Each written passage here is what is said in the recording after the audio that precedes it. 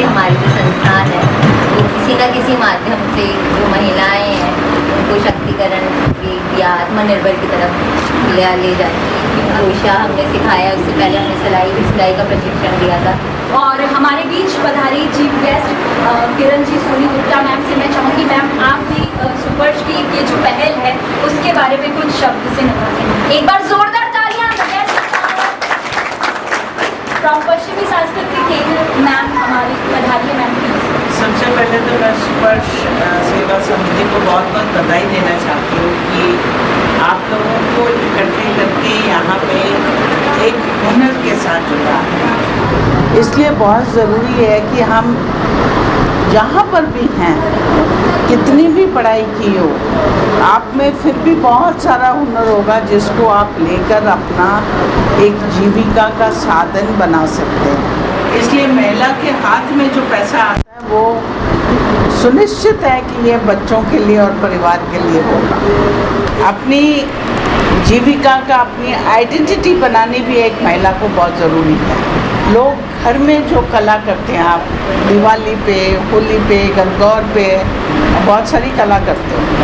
कला कोई अलग चीज़ नहीं है, कला आपके जीवन का एक इम्पॉर्टेंट हिस्सा है।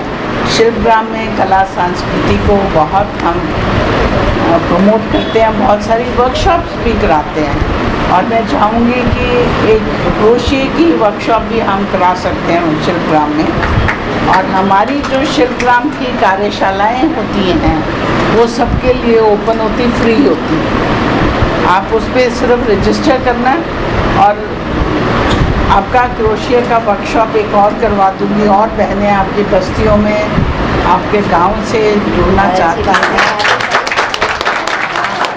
आपको एक प्लेटफॉर्म दे रही है और भी कुछ सीखना चाहते हो, चाहे वो बुट्टा पट्टी हो, कटवर्क हो या कुछ और कला का हो, उसका भी हम करवा देंगे। और मेहंदी का भी करेंगे हम। और आप लोगों ने ये जो बनाया बहुत ही सुंदर बनाया, आप सबको मैं बहुत बहुत बधाई देना चाहती हूँ। Very nice. हमारे बीच मौजूद है नताशा जॉनसन मैम। कला सिर्फ कला नहीं होती, कला एक जीने का तरीका है। मैंने भी अपनी नौकरी छोड़ी है और मैं अब फुल टाइम क्रोशिया का काम ही करती हूँ और मुझे बहुत खुशी होती है ये बताते हुए कि उस नौकरी में जो मेरी इनकम और सैलरी हुआ करती थी, आज मैं उससे दुगना कमाती हूँ सिर्फ क्रोशिया। आप क्रोशिया के थ्रू अपनी आजीविका कमा सकते हैं। तो विशाल चौहान सर का स्वागत है। सर मैं चाहूँगी आप भी 2 वर्ड्स महिलाओं के लिए कहें प्लीज। मेरा एक सपना था शुरू से कि एक ऐसी संस्थान से जुड़ूं और समाज के लिए कुछ कर सकूं।